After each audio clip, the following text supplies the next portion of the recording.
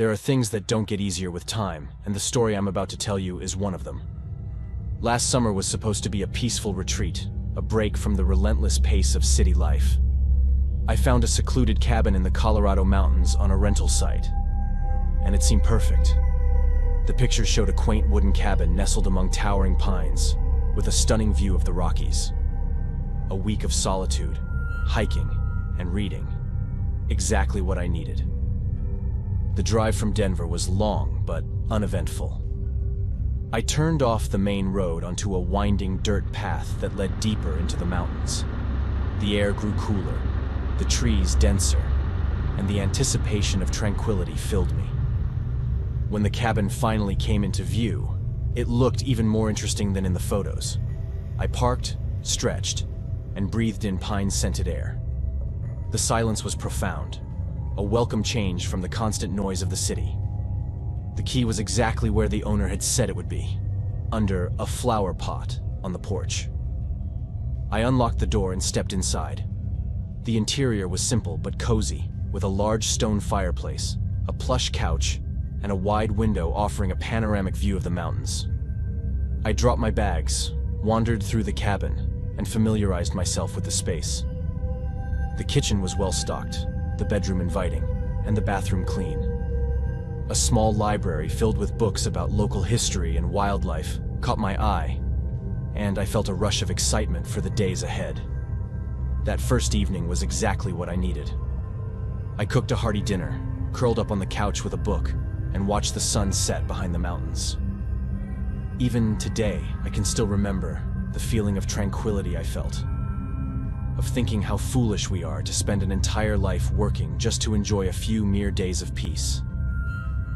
Now that I am telling this story, I can't help but feel a bitter taste in my mouth for not knowing exactly what was happening in that cabin. The next morning, I woke early and decided to explore the woods around me. The owner had left a map with several hiking trails marked, and I chose one that promised scenic views along a ridge. I packed a lunch, laced up my hiking boots, and set off. I walked for hours, relishing the solitude and the beauty of the landscape. The view from the ridge was spectacular. As I started back, dark clouds gathered on the horizon, and the wind picked up. I quickened my pace, hoping to beat the storm. But the trail seemed different on the way back, less familiar. I realized I had taken a wrong turn. I still remember as panic bubbled up inside me as I retraced my steps, trying to find the correct path. The sky grew darker, and the first drops of rain began to fall. I had already done numerous mountain trails. In fact, when I was younger, it was rare to find me indoors. I would spend my days exploring, but as I grew older, I lost the habit of doing so, and it had been several years since I ventured alone into unknown areas, especially when the weather was unfavorable.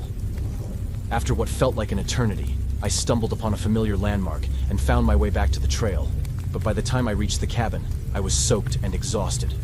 I peeled off my wet clothes, took a hot shower, and made myself a cup of tea. The storm raged outside, lightning flashing and thunder rumbling through the mountains. Safe inside, I felt a rush of relief. I was checking if the tea had cooled to the perfect temperature to drink, when I noticed something off. I know it sounds strange, but my dirty laundry bag wasn't closed the way I usually close it. I've always been a bit obsessive about these things, so I always close it the same way. This wasn't my way, but it seemed impossible. Everything else was in place, and the owner had specifically asked me to be careful with the key. Years ago, they had lost one of the keys and never made another copy. This meant no one else could have been inside. I had the only key, and I was certain I had locked everything before leaving. I'm a bit paranoid about that too, so I must have been tired or distracted when I closed the bag last night. The following day, the power was out when I woke up. I checked the breaker box, but everything seemed fine. With no cell signal, I couldn't call the owner for help, so I decided to drive into the nearest town, an hour away, to see if I could get assistance. I got in the car and started down the mountain road. The drive was uneventful until I was about halfway to town. That's when the car started struggling. I pulled over and popped the hood, hoping it was something simple. I'm not much of a mechanic, but it was clear that something was seriously wrong. With no way to call for help, I was stranded and decided to walk the rest of the way to town. The walk was tiring but manageable. Despite everything, I was on a decent road, which made the walk easier. It was a road connecting two towns, about 3 hours apart. The cabin where I was staying was exactly an hour from one town and 2 hours from the other. I still hoped that a car might pass by and give me a ride. I reached the town by late morning and headed to the gas station, hoping to find someone who could help with the car. The attendant, a friendly older man, offered to take a look. He drove me back to where I'd left the car, and, after a few minutes under the hood, shook his head. "It's your alternator," he said. "I can tow it back to town and get it fixed, but it'll take a day or two to get the part." I thanked him and accepted the offer.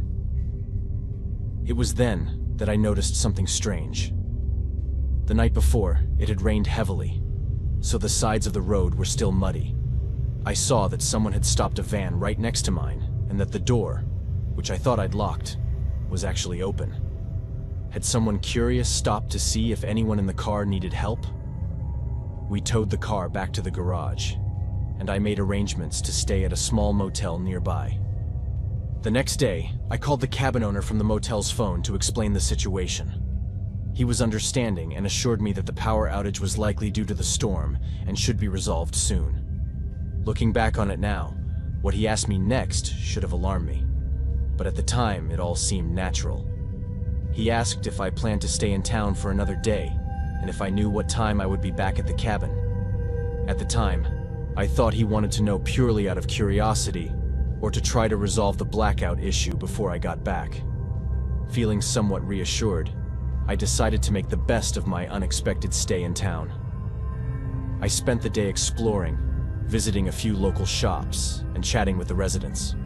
I felt good about that trip, but somehow, what I had seen the night before with the dirty laundry bag kept nagging at the back of my mind. As I mentioned, I hadn't yet found cause to doubt that something was seriously wrong. But for some reason, perhaps some primal instinct, my body felt the danger. By late afternoon, I got a call from the garage. My car was fixed, and I could pick it up. Relieved, I paid for the repairs and drove back to the cabin, hoping the power had been restored. It hadn't. I managed with candles and a flashlight, feeling a bit unsettled, but determined not to let it ruin my trip. Over the next few days, I noticed small things out of place. At first it was subtle. A piece of bread moved, a chair slightly out of position. I brushed it off, thinking I must have forgotten where I had left things. But the unease grew. One evening, I found the back door unlocked. I was certain I had locked it. As I mentioned, I was a bit paranoid about those things. Another time, a kitchen knife was missing from the drawer, only to reappear later in a different spot. On the 5th day, I returned from a short hike to find a pair of used clothes outside the bag. This time, I was absolutely certain. Either I was going completely crazy, or someone had been inside that cabin. My computer was upstairs, along with my wallet containing money. So, they couldn't have gone in there to steal. I called the owner about 5 times, still furious that it could have been him. He didn't answer any of them. But then I remembered he didn't live in Colorado. He lived in Utah. I felt another chill run down my spine. Someone had been inside, but why? I checked every room, every closet, but found no one. Then another idea occurred to me. It was surreal to think that someone had entered the cabin just to rummage through my bag of dirty clothes. Completely surreal, so my brain kept trying to come up with plausible explanations. Could it have been an animal? It made perfect sense after all. They were often drawn by smell, and that bag had a terrible odor. Sweaty clothes sealed inside a plastic bag. My brain clung to that idea like a lifeline, completely ignoring the fact that all the windows and doors were closed. Have you ever noticed how the brain has this funny way of operating? Constantly disregarding red flags just to self-preserve. That night, I barely slept. Every noise outside making me jump. The power was still out, and the isolation that had initially been so appealing now felt oppressive. I woke up the next morning determined to leave. I packed my things quickly, loaded the car, and was ready to go. But the car wouldn't start. I opened the hood and found the battery missing. Someone had deliberately disabled it. Panic set in. I was stranded, with no way to contact anyone. I couldn't ignore the signs any longer. It was clear that no animal, other than a human, could have done that. I checked my phone again to see if I could catch any signal. There were times when I could, and times when I couldn't. Hope is always the last to die. But as I looked at the screen and saw that I really had no signal, I started to think about the next step. I considered hiking back to town, but the thought of leaving the relative safety of the cabin was terrifying. I decided to wait until mid-morning when daylight would be stronger and make a run for it then. As I sat in the cabin, trying to calm my nerves, I noticed something that made my blood run cold. A small hidden door in the floor of the bedroom closet. It was slightly ajar. I had been in and out of that closet all week and never noticed the door. Heart pounding, I approached it. I pulled it open, revealing a narrow, steep staircase leading down into darkness. I grabbed a flashlight and descended slowly, the air growing colder with each step. At the bottom, I found a small, hidden room. It was filled with supplies, food, water, clothing. But what caught my attention were the personal objects pinned to the walls. Pieces of clothing, clearly dirty, pieces of bread covered in mold, a pair of sunglasses. Until I noticed that on the same wall were a pair of my shorts. I was absolutely certain they were mine. They were my sports shorts from college tennis days, with my name on one of the pockets. Someone had been watching me the entire time. A wave of nausea hit me as I realized the implications. I wasn't alone. I had never been alone. I stumbled back up the stairs, heart racing, and locked the hidden door behind me. Grabbing the heaviest piece of furniture I could find, I barricaded the closet and sat in the living room, clutching a kitchen knife, waiting for the right time to leave. Every creak, every rustle outside made me jump. Clearly, someone was living in that space.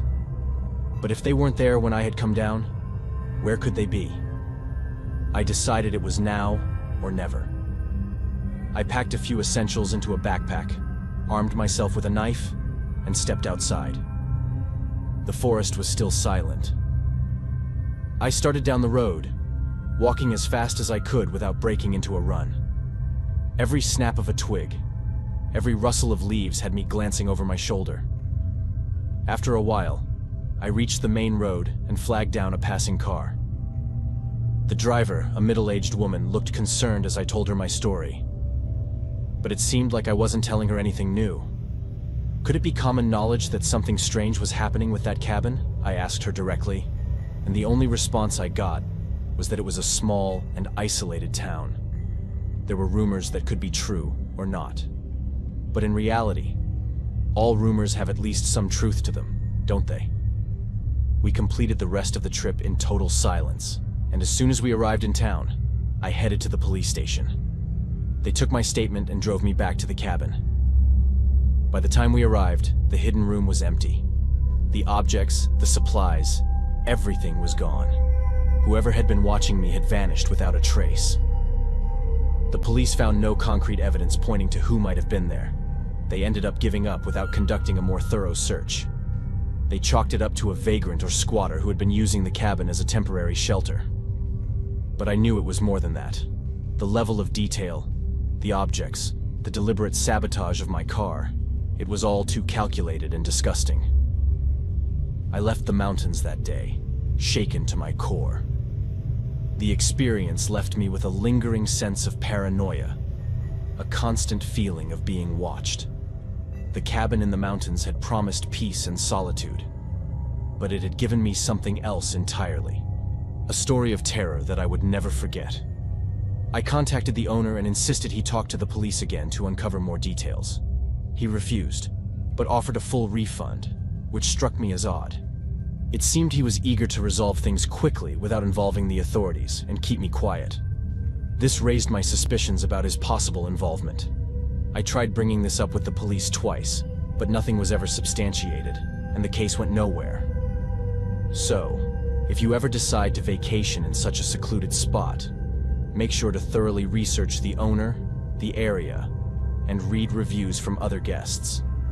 It can make all the difference between a peaceful getaway and a potentially traumatic experience.